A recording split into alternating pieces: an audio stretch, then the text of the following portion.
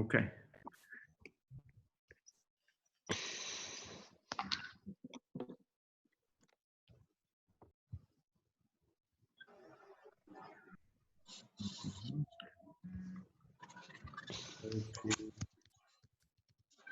Manage participants.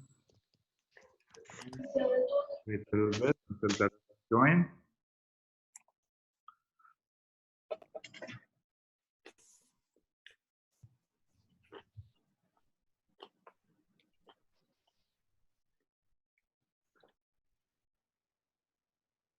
Okay.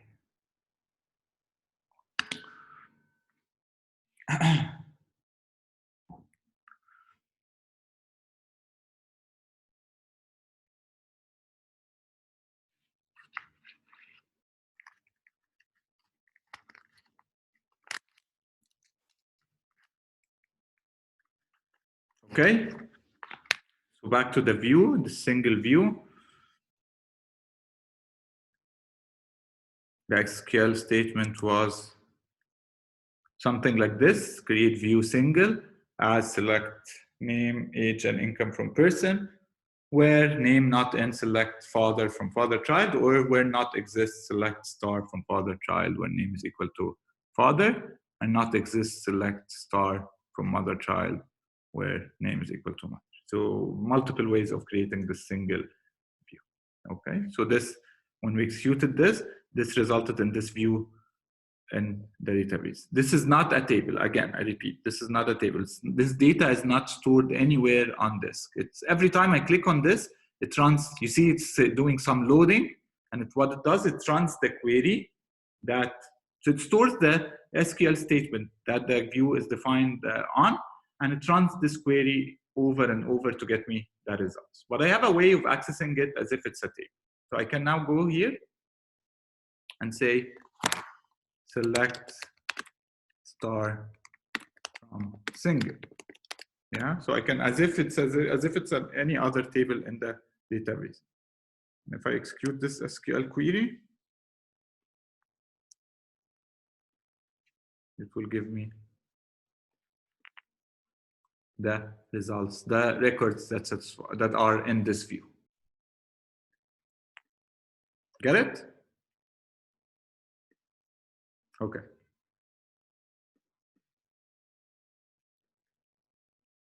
So I can do all sorts of things on this. So I can say select count of asterisk from single. It's as if it's a regular table. Yeah. I can do this. And I should get,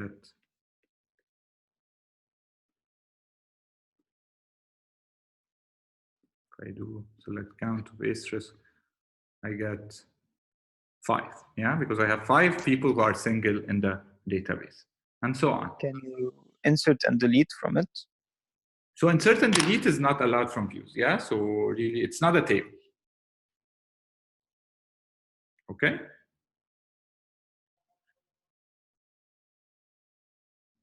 I just used to basically record queries that are complex and treat them as if they are tables. So it can be used to save you time in writing queries over and over, but more importantly, you can allow access to people only on views.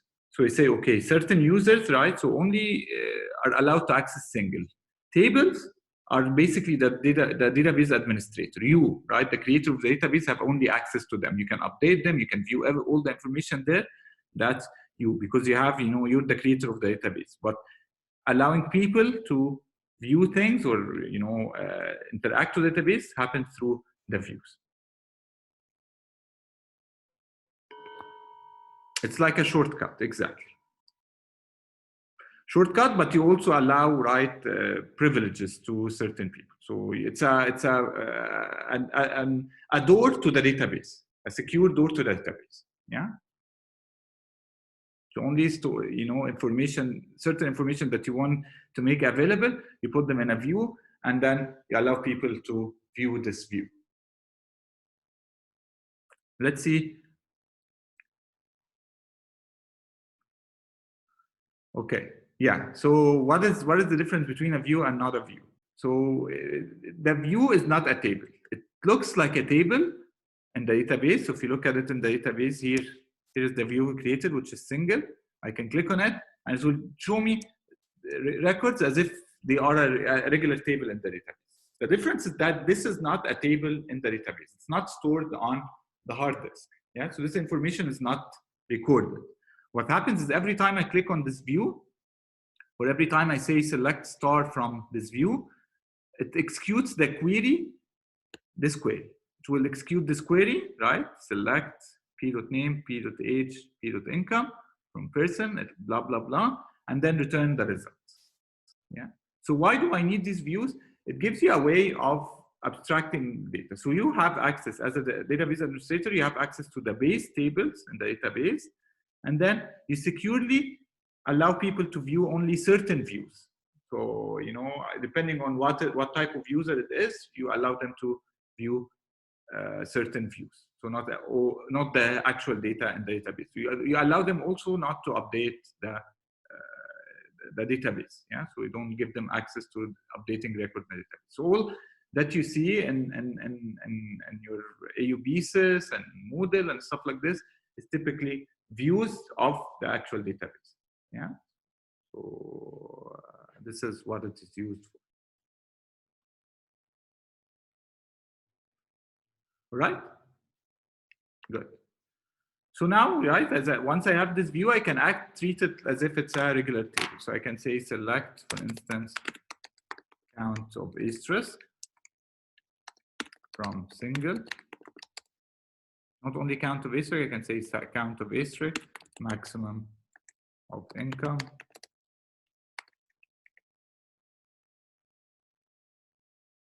average of income, minimum of age, for instance, as if it's a regular table in my database from the table segment. If I execute this query, it will give me some statistics on my view. So it gives me the count is 5. The maximum income of all the people who are single is 41. Their average income is 28, and the minimum age is 25. So the youngest among them is 25 years old, and so on. To treat it as if it's a regular table. Okay?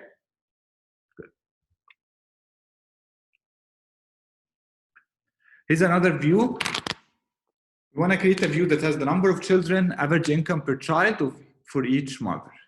Okay, so I want to get the number of children and average income per child for each mom. So I can go here, say create view,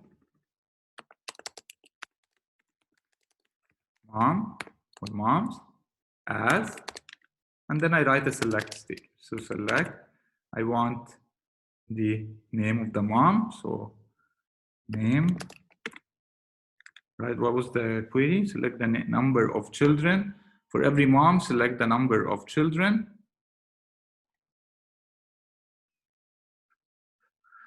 Right, and their average income, right? So the number of children, average income. Okay, so I'm going to select mother,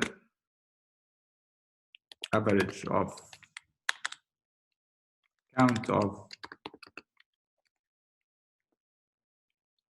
c.name, child.name, average of c.income from the table mother, child, C, and person C. So C is a copy of the children, where name or c.name is equal to mc.child. Okay, so I'm joining based on the child. Right here, see mc.mother. Okay, group by mc.mother. So for every mother, right, get me count of her children, average income of her children. Yeah, so this could be also count of mc.child. Execute this query. I get now, and I refresh, I get now another view which is called moms, and this is what it has. Anne has 2 children, and their average income is 35.5. And Lisa has 2 children, their average income is 65. And Mary has 2 children, and their average income is 80. Yeah, if you look at the database, this is what we have. Lisa has 2 children, Anne has 2 children, and Mary has 2 children. Yeah, and you compute their average income based on, right? So for instance, for Lisa, it's the average income of Mary and Greg. Mary makes how much? Mary makes 42, and Greg makes 40. If you do the average of these, you get 35.5. Sorry, you get 60. What is it? Yeah, so it's a little bit different because we updated the incomes of some of the people, right, here in the database. So if you look at the table person, remember we've updated the income of some of the females to 90. Yeah, so all the moms to 90. That's why the averages are a little bit different here than what we will see if we follow the slides. Okay?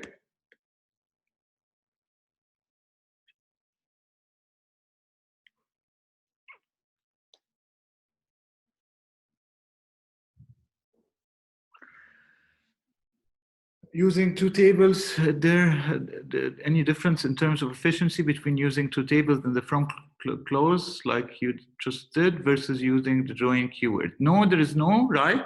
What happens is usually it takes your query, the database management system, so MySQL would take your query, and there is a component in the engine called query planner. And it takes this query and tries to break it down into relational algebra operations and executes based on the most efficient way to execute the query. We'll see when we talk about indices, which is the next topic, how, right, this is done efficiently. So basically, it doesn't matter how you write your query.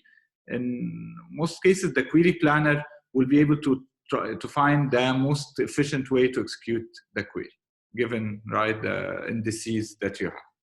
Okay? But in general, when it comes to nested querying versus flat queries tend to be more efficient than nested queries. Right?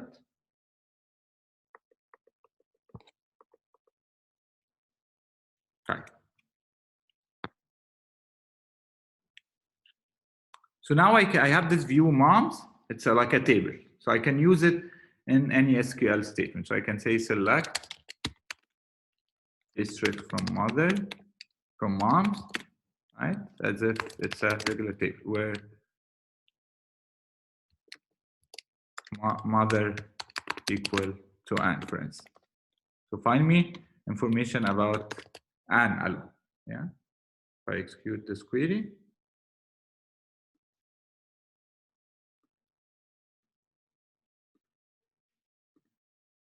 I get the following results. Right? Anne has 2 children, and their average income is 35.5. Yeah. So I can use it as if it's a regular table in the database. Okie dokie. Now we have something called materialized views. Again, not part of the. It's not part of the SQL standard. It's not supported by MySQL, for instance. You see it in other databases. So I think SQL Server, Oracle, executed, but not MySQL, or have it, but not MySQL.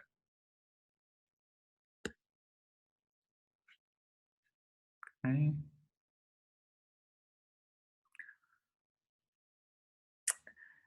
You cannot update Anna this way, no. If you want to update Anna, you'll have to go and update it through the table, the base table. Okay? At least in the standard SQL. So it's really more for viewing data. That's why it's called the view. Okay. So materialized views are not part of the standard SQL. What happens is in materialized views, the query is executed and stored as if it's a table. So what the actual physical tables are created with the results of the SQL query for the view. Yeah, so what is called caching the results of an SQL query.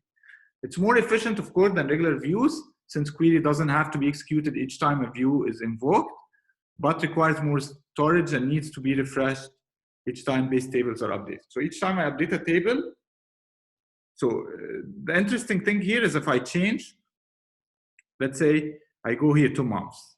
I look at it, right? It has, Anne has 2 children, 35, their average income is this, Lisa has 2 children, and Mary has 2 children. Now let's go and change the table person, right? Or the table mother child.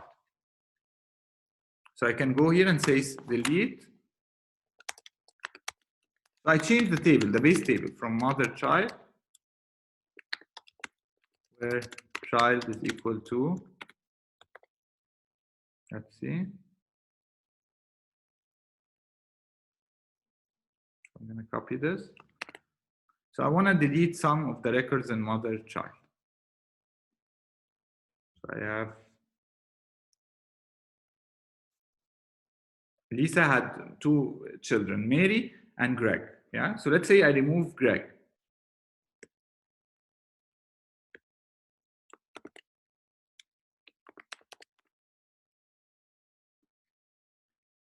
Okay. And I say go. Okay. Perfect. Yeah. So 1 row deleted. If I look at mother child now, I have Lisa as only mom to Mary. Now, if I look at moms, I see immediately Lisa is updated to having 1 child, and the average income of this child is 90. So it automatically updates. If I update the base table for which the view is based on, automatically the view gets updated. In materialized views, which are created as physical tables, this doesn't happen. Yeah. So if I update the base table, I have to refresh the table. This could happen automatically. So every time I update one of the base tables, it goes and updates the views, or right, this have to be done manually and periodically. So you have to, you as a database administrator, refresh these views each time you update the base tables. Yeah. So just a quick side remark on materialized views in case you see it in some database management systems. But it's not these standards. So it's not supported by MySQL, for instance. All right. Okay. There are no further questions. So I recommend that you use views in your project to kind of make things nicely structured in the database. Yeah. So try to use, if you have complex queries that you use over and over and over, create it as a view. If you want to give, you know, certain restricted access to certain users or parts of the data, then and abstract the rest, then use views as well. Yeah, you will be asked about this in when you demonstrate your project. Okay, good. Now let's spend the rest of the time just looking at some exercises on nested querying.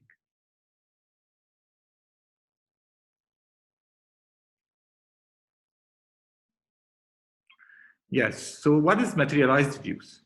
Materialized views are the following. Yeah, these, again, we looked at moms and single. These are virtual tables. They do not exist in the database. Each time I click on them or select from them, what happens is the base query, the query that was used to generate the view, is executed. And that's why they're up to date, they're fresh, the results are fresh. So if you change the base tables, like here when I change mother child, the results get reflected here in the view. Materialized views are not like this. Materialized views, you basically take the query and create a table. So as if you created a new table with the results of the view, of the query used to create the view. Yeah, so you create actual tables. And they're more efficient because every time I refer to the view, I don't have to execute the query again. Yeah, it's materialized now. So I don't have to re-execute the query. If the query joins multiple tables and does aggregations, it's expensive. So basically, I don't want to keep running it each time I refer to a view.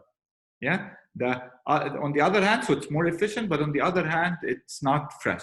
The data is not fresh. So update the tables, the base tables that were involved in the view, I have to make sure that the views are also updated. This could happen automatically, or it could happen manually and periodically. Yeah, this is clear, Giorgio? All right, good. Okay, now let's go to Moodle. After we finish these exercises, I want to walk you through Moodle. So what is the next steps? Yeah, because we have sessions that you're going to do on your own in the next week. So I'll walk you through this at the end of the lecture. Professor, we are supposed to have a quiz on Monday. Is it it's still on Monday? Which quiz? يلا سألت. Yes, I think so. The database programming quiz. Yeah. Yeah, yes. Yes, it's going to happen, and I'm going to walk you through what you need in order for you to do this quiz. Okay. Can we do it before Monday? يعني هي بتصير available on Monday. لا. Or لازم أو في أعملها هلا وسلمها on Monday. فيك تعملها هلا وتسلمها, right? Any time you want. Okay, deal. Okay. Right. So let's do some additional exercises.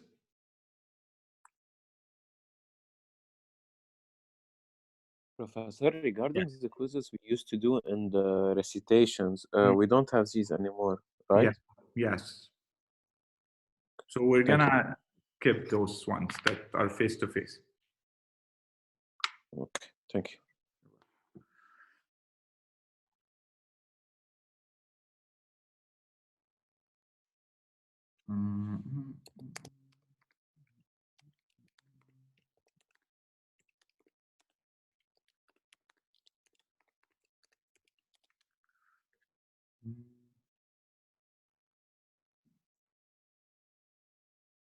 Professor, the lab is graded. Yes, the lab is graded, and the database programming is going to be graded as well.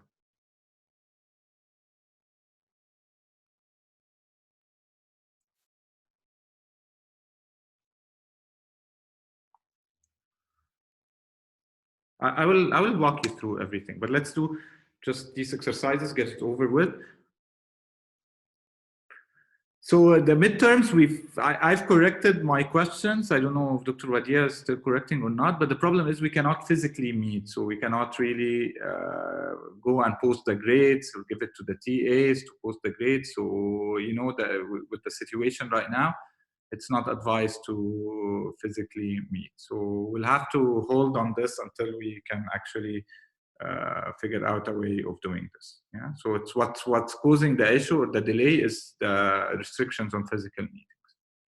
Okay.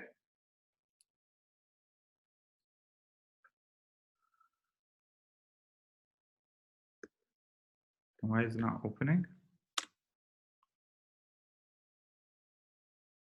Ah, here it is. Okay.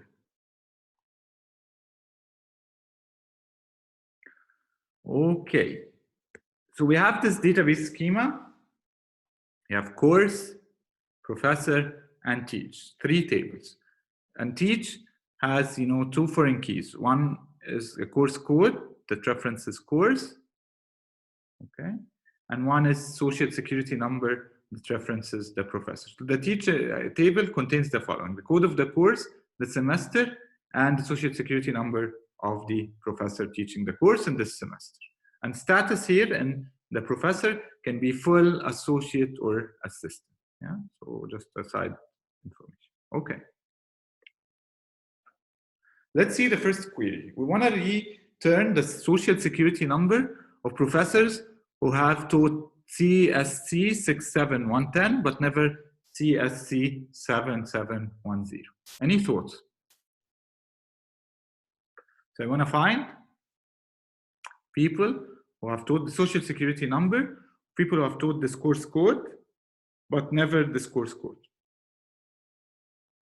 Any suggestions?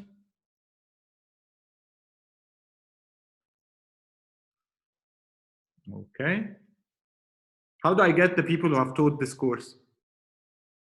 Select social security number from taught, where course code is equal to CSC 67110. Yeah. So that would give me the social security number of those who have taught this course.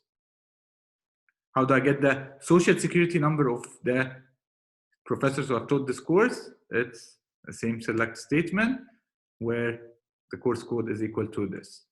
How do I get the ones that have taught this but never this? I do what? I see some comments. We use the difference operator, exactly. Join would get me who did both, right? So join would not work. Yeah. So I want the ones that have taught this but not this. So I do set difference.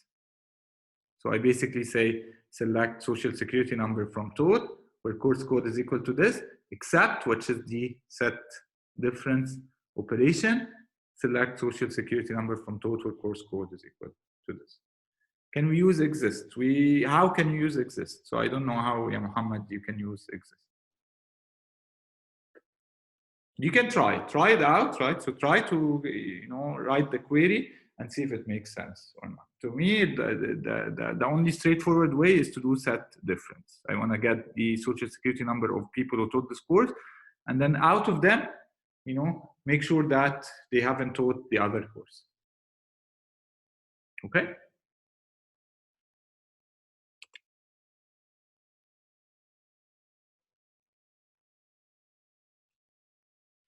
I still don't see the query. So select, right, social security number from taught, where course code is equal to this, where not exist, and then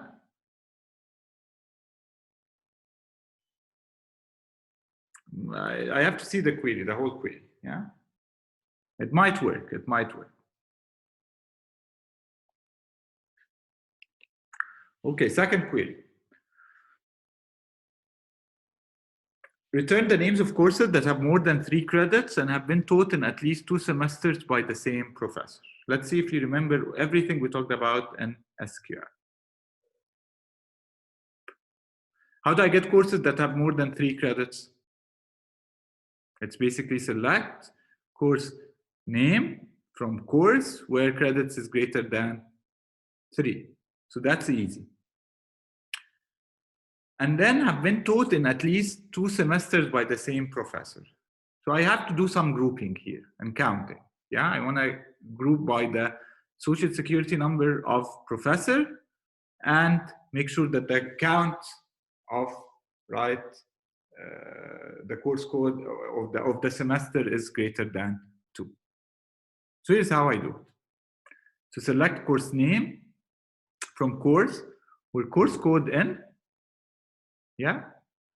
Select course code from taught, group by course code and social security number. So this one would get me per social security number and course code. So basically this person has taught this course. And then I can do any aggregation on them. I don't want to do any aggregation, I just want to filter. So having count of star greater than or equal to 2. This would tell me that this course had been taught by this professor more than 2 times. Yeah, so 2 semesters. This is the close here, right? Get me all the course codes that satisfy this condition, right? Having count of star greater than or equal to, where I'm grouping by the course code and social security number. Okay, so that gives me the ones that have been at least have been taught by the same professor at least 2 times, at least 2 semesters, and their credits is greater than 3. So this is a way of combining the having with the, right, a simple condition in the where clause. Anybody doesn't understand this query? Okay.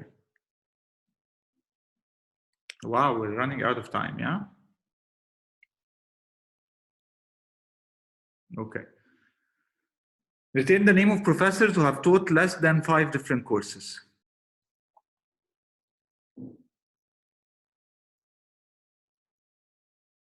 Okay, so I'll stop here after this query, and then you can do the rest on your own, so for the sake of time. So return the names of professors who have taught less than 5 different courses. So how do I get, right? Names of professors is in the table professor. Okay, so basically, I say select professor name from professor, comma, right, where social security number in, and then I'm selecting, right, I'm grouping based on social security number and having distinct course code less than 5. So this inner query will get me the social security number of every professor who have taught less than 5 distinct courses. All right? So having count of distinct course code less than 5, and then out of these, I select the professor name, right, which happens in this, to be in this list of social security numbers. Okay? Please do the rest of the queries. They're very simple, right? The rest of the ones coming up is really simple, yeah? So update some update statements, some basically joins, and some deletion, yeah? So it's not at all complicated. Okay. Now for the rest of the 5 minutes remaining or 4 minutes remaining, I want to walk you through what you have to do next week.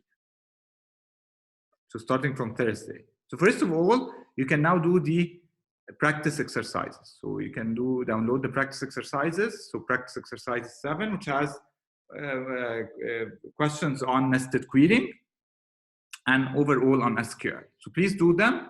You have sample solutions with them.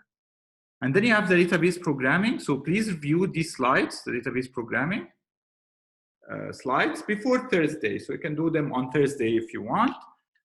And I mean, before Monday, for sure, because you have a quiz on this on Monday. Yeah, so database programming is nothing, it's very technical. It's nothing really conceptual at all. You just see, how do I connect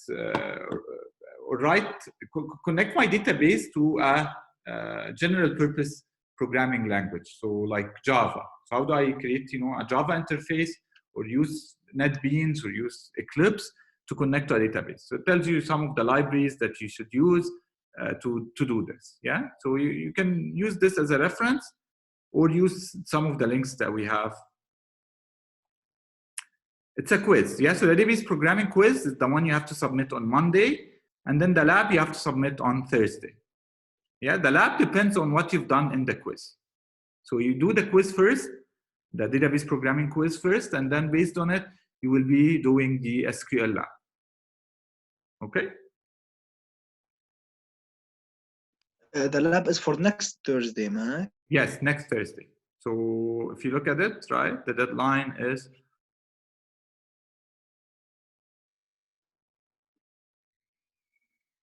Thursday, 2nd of April. Yeah, 11:59. The other one, the database programming, is on Monday,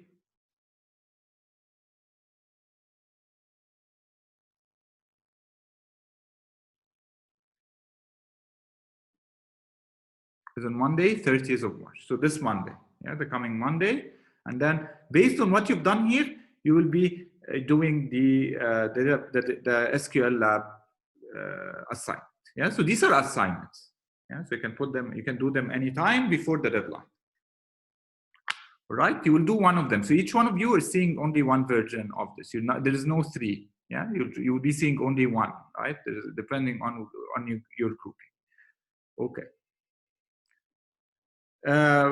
It's important that you have MySQL installed, otherwise you'll not be able to execute these assignments. So you have to have MySQL already installed. If you have any issues with this, contact one of the TAs immediately. Yeah, so they can help you with setting up MySQL on your machine.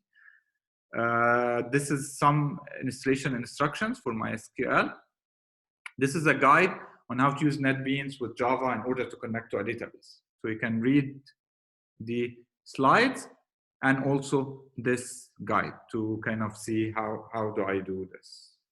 Yeah, this is the MySQL jar file which you need for connecting NetBeans to MySQL, and there is a sample project here which shows you how do I do this. How do I write some code from Java to connect to a database. Yes, you're gonna submit source code. Sir? So in the database programming quiz, can you please go over like something about the deliverables, because like I didn't really get what you meant in it. Okay, so let's open it. Okay. Okay, so your source code for the above tasks. So here, like we would have like a sample project, and this is what we'll be submitting. What is the difference between the source code and the executable? Basically, right, you have the source code. The executable is going to be, let's say, a jar file or something like this, so that people can just execute it. Yeah. So let's say a jar file, but the source code is really all the code that you've written to get to the jar. Yeah. Clear? Okay. So, for example, like the whatever, the create table and create schema and everything, do I put it in a file aside because like I used it to populate my database like at the beginning. Yeah. So this is like I can put it on the side. Yeah. So you create a script for creating the database and populating it.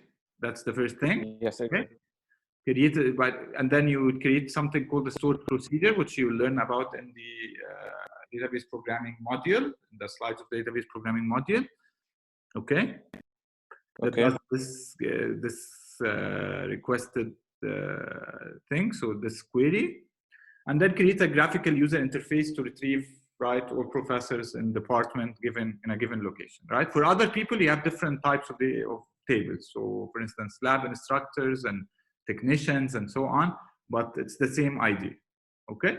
So basically, here's the English. When I was doing the program, I wasn't sure about it. So basically, the user will be inputting the location, and from it, he will get like the department and everything related to it, like the queries. Yeah. So I get so to display the name. So you get the name of a department. I input a location, and I get as output the name of the department, the number of professors, their average, maximum and minimum salaries. Yeah. So you need to write a.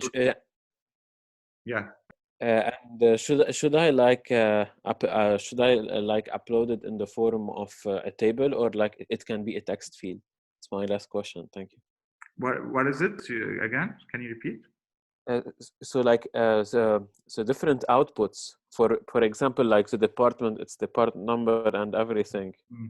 So can I just put like do they have to be in the form of a table, or they can be just in text fields? The text output fields are fine. Text fields are fine. Yeah. Okay. Good. Okay, Giorgio, what is the question?